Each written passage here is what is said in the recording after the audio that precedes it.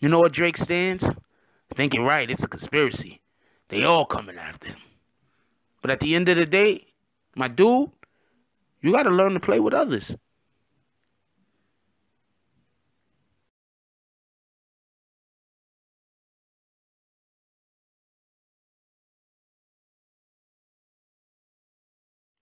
BBN, Jack Frost, what's up, party people?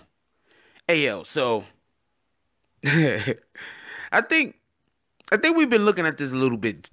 Okay, there's this thing called a Dutch tilt. All right, it's in filming. Yes, yes, I study filming. So there's this thing called a Dutch tilt in filming. And often you want to use a Dutch tilt when you're trying to convey to the audience that something is off, but you do it through narration. Like you don't want to say, "Hey, something's off," but you want the the audience to know that something is slightly off. So what you do is you kind of tilt the camera. You understand what I'm saying? It's called a Dutch tilt. And I think that that's kind of what has been happening to the hip hop world. They've been good music has been giving us a Dutch tilt. Okay, so now everybody already knows Kanye and Jay-Z, they're like brothers. All right, everybody already knows this. So if you're gonna assume that Kanye was behind this guy, Pusha T, going after Drake, then you also have to assume that Jay-Z has something to do with it. Then, if you go back to the rumor that Jay-Z dropped a bounty on Drake's head, remember Drake in one of his raps, is it the "I'm upset" bullshit? That rap was kind of whack, not for nothing. But Drake's sexuals, they're gonna be like, "Oh, that was the best diss rap since Hit 'Em Up." I mean, I don't understand these guys. Anyway, so if you look at it, he was like, if you put 10 G's on his head, he's gonna be upset. If you put 100 G's on his head, he's gonna be upset. You put a 500,000 on his head, then he'll understand that, or whatever the case might be. First of all, if you put any money on any rapper's head to get bodied, look for Pusha to pick up that invoice. How about that? Pusha's gonna send out invoices for that. How about that, Drake?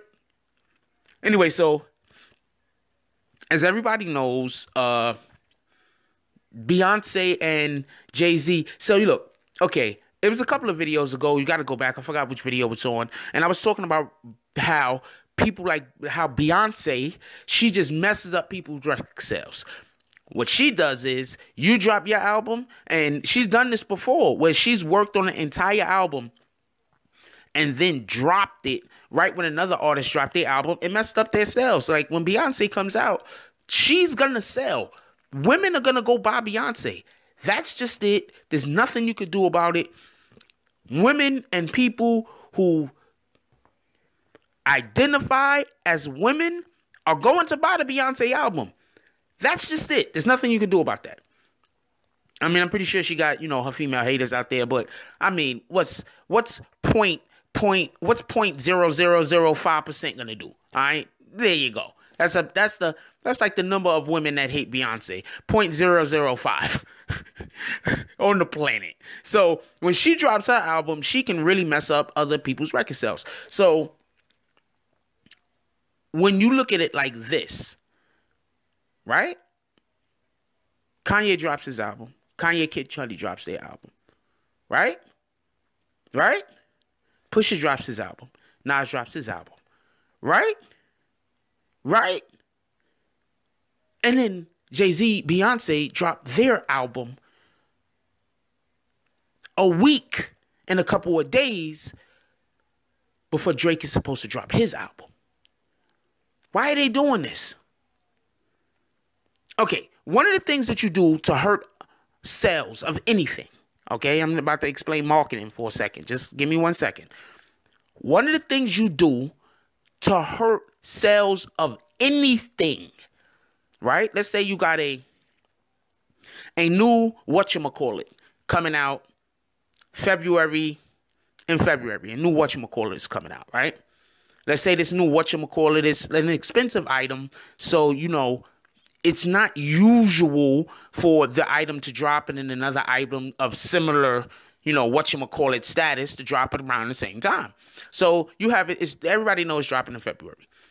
So what some companies will do is they'll try to tire the market out.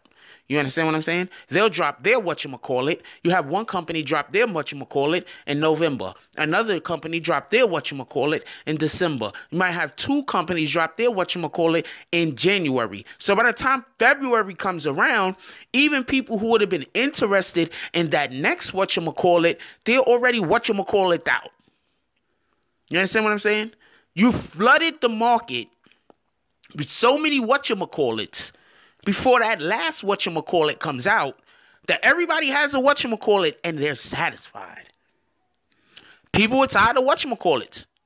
Now they want a Hootsie-winger. People are like, you know what? Whatchamacallits is old. Let's go start getting Hootsie-wingers until next year, and then we might get some more whatchamacallits. So this is what you do. So when you look at it like that, why are they having all of these albums come out right before Drake album? Also, in the previous video, I've also explained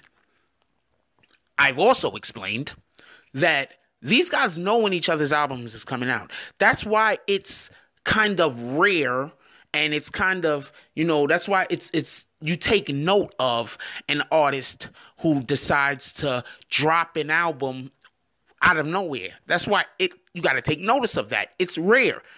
A person who go in have their tours or whatever, they'll go to, be in not a studio, but they'll go to a radio station or whatever, have an interview, they be talking. They'll be like, yo, when your next album gonna drop? They'll be like, yeah, well, we're shooting for the summer of whatever year. You understand what I'm saying? Or we're shooting for the fall of whatever year. You understand what I'm saying? Like, that's how it's done. We're shooting for the spring of whatever year. You understand what I'm saying? No one says, well, we don't know. We're just going to drop it on a whim.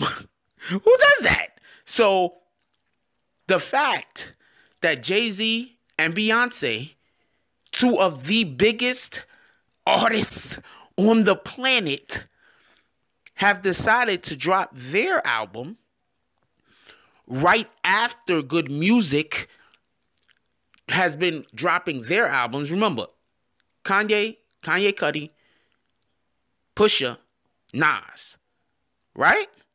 Now Jay-Z, Beyonce, right after. Now, if I recall it, isn't there supposed to be another Teyana or something like that? Isn't she supposed to be coming out with an album, I think, next Friday?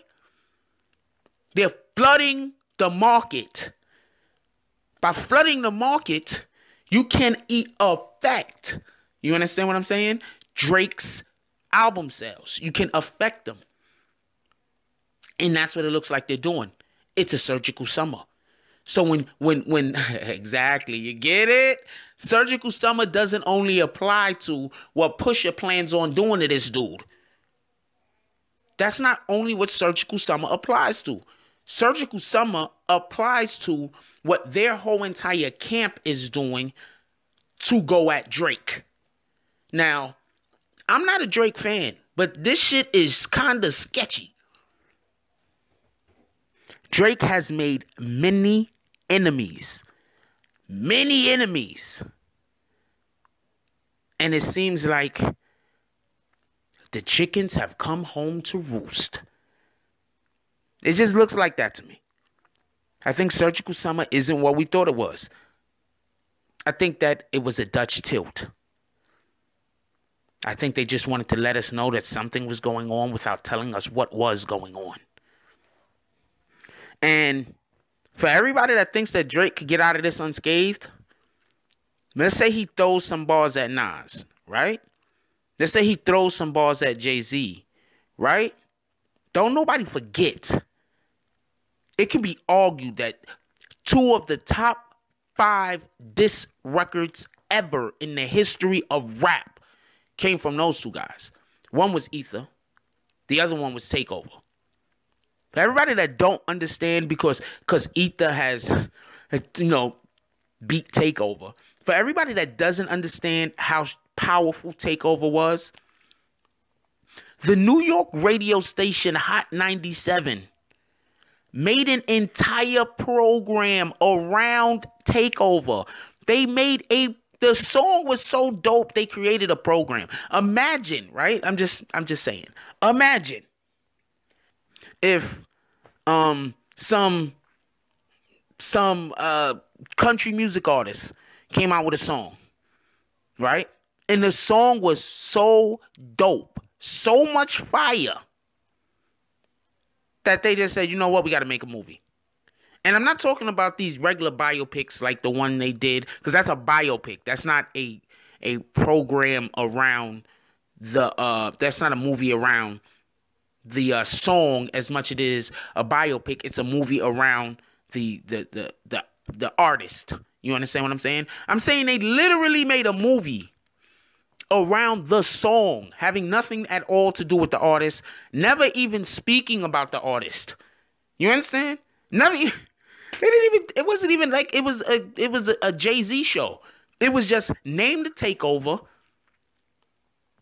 Everybody listened to it. I'm in New York. I'm letting you know, everybody listened to the Takeover. All right? It was the morning show and it was the Takeover. Those was the two biggest programs on Hot 97 at this time. So think about that. That diss track was fire. It's just, Ether. It had to go up against Ether. It didn't have a chance. So let me know what y'all guys think. Like, obviously we know Jay-Z has something to do with this. Because, I mean, if Kanye has something to do with it, Jay-Z got something to do with it. Don't get it confused. Anyway, so, let me know what y'all guys think about this. Also, this is Father's Day today. Happy Father's Day for everybody out there that's a father. Like, comment, subscribe. Join the notification gang. Hashtag Bronx Bombers. Let's get it. I love y'all. Take care of each other. Hug the kids for me. I ain't forgot about you. And that's all I got on this one. I'm out. If you like this video, please hit the like and subscribe button. If you would like to help dictate the direction that this channel takes, please leave a comment. All comments are appreciated, whether positive or negative. Thank you very much and enjoy your day. And remember, positive thoughts cause for positive things to happen. Let's get it.